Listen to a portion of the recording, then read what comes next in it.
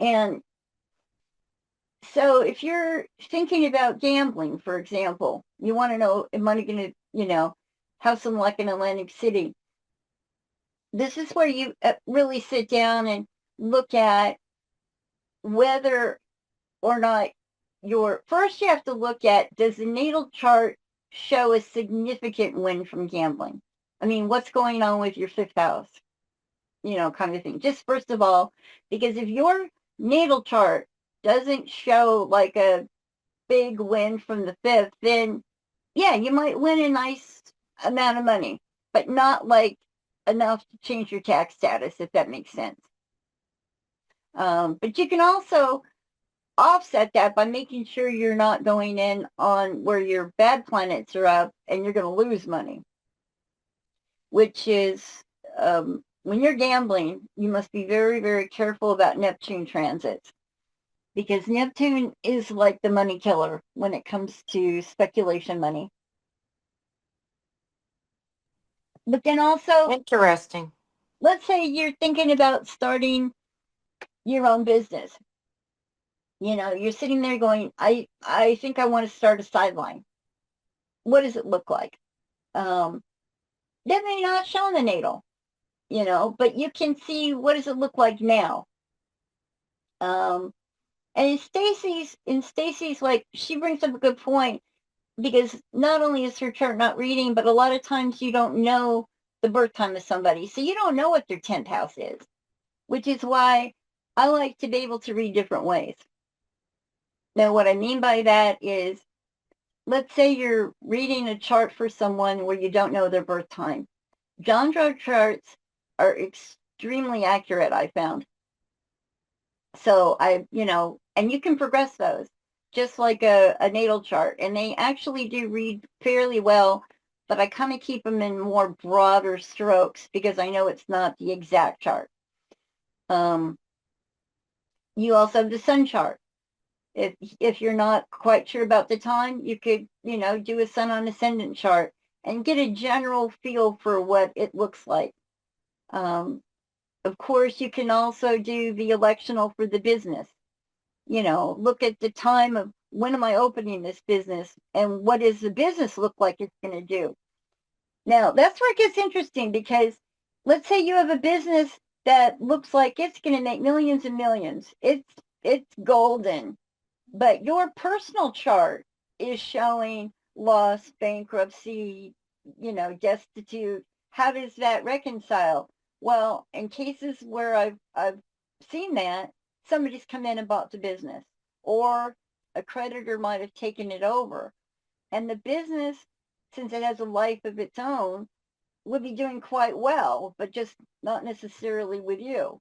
So that's where you need to check both the natal and the business, when you're doing electionals, because it also shows you where maybe you separate yourself out of the business at some point.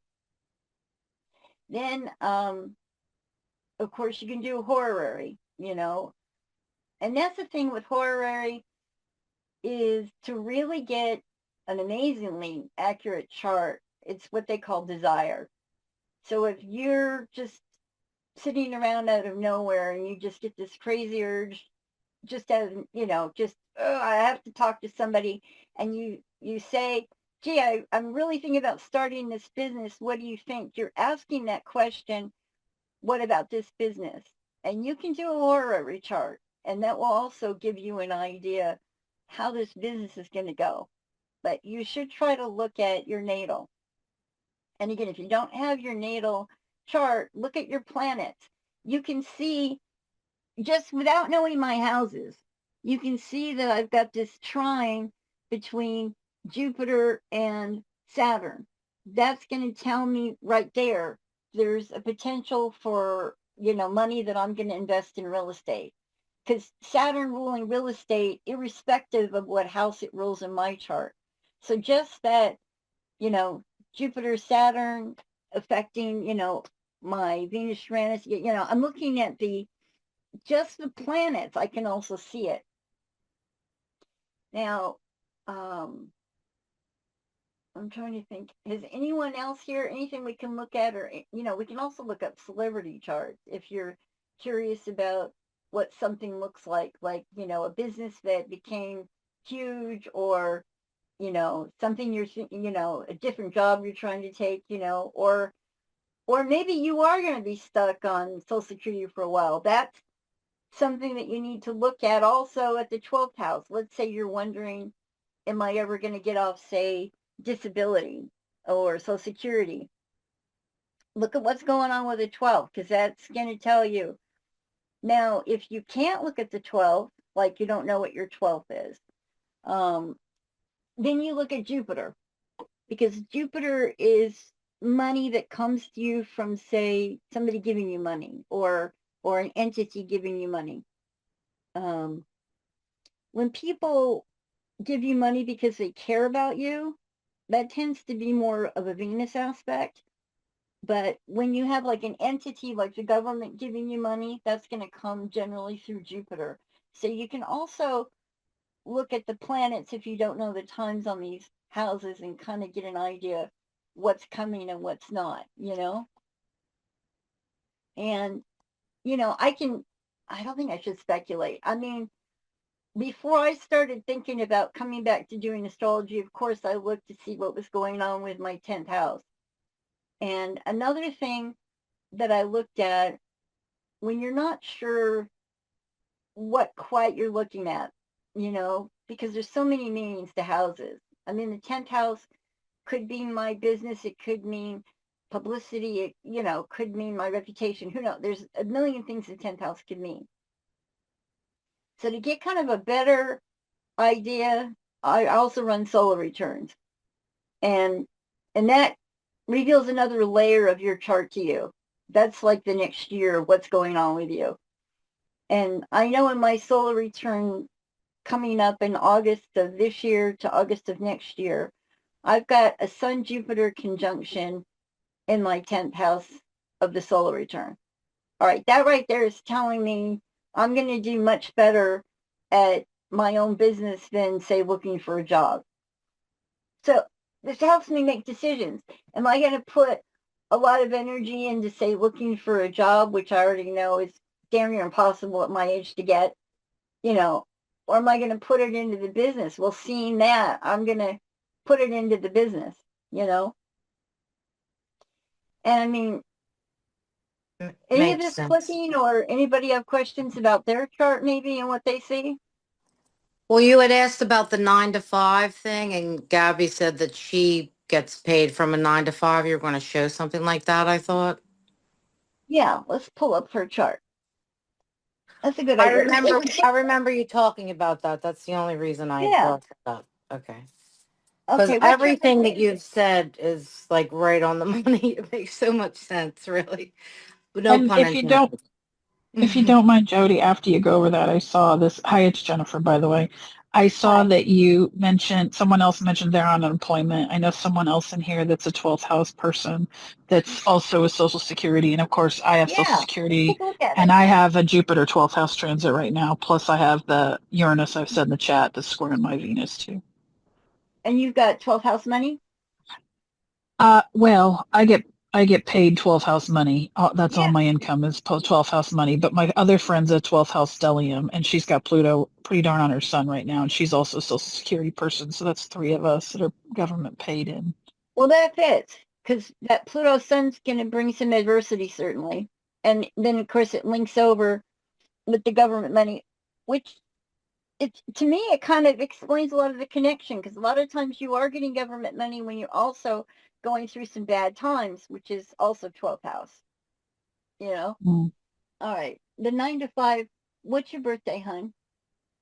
So Are my you? birth, oh, What um, is okay. My birthday is March 3rd, 1996. March 3rd, 1996? Mm-hmm. Okay. You know what time you're born? Yes, 8:31 a.m.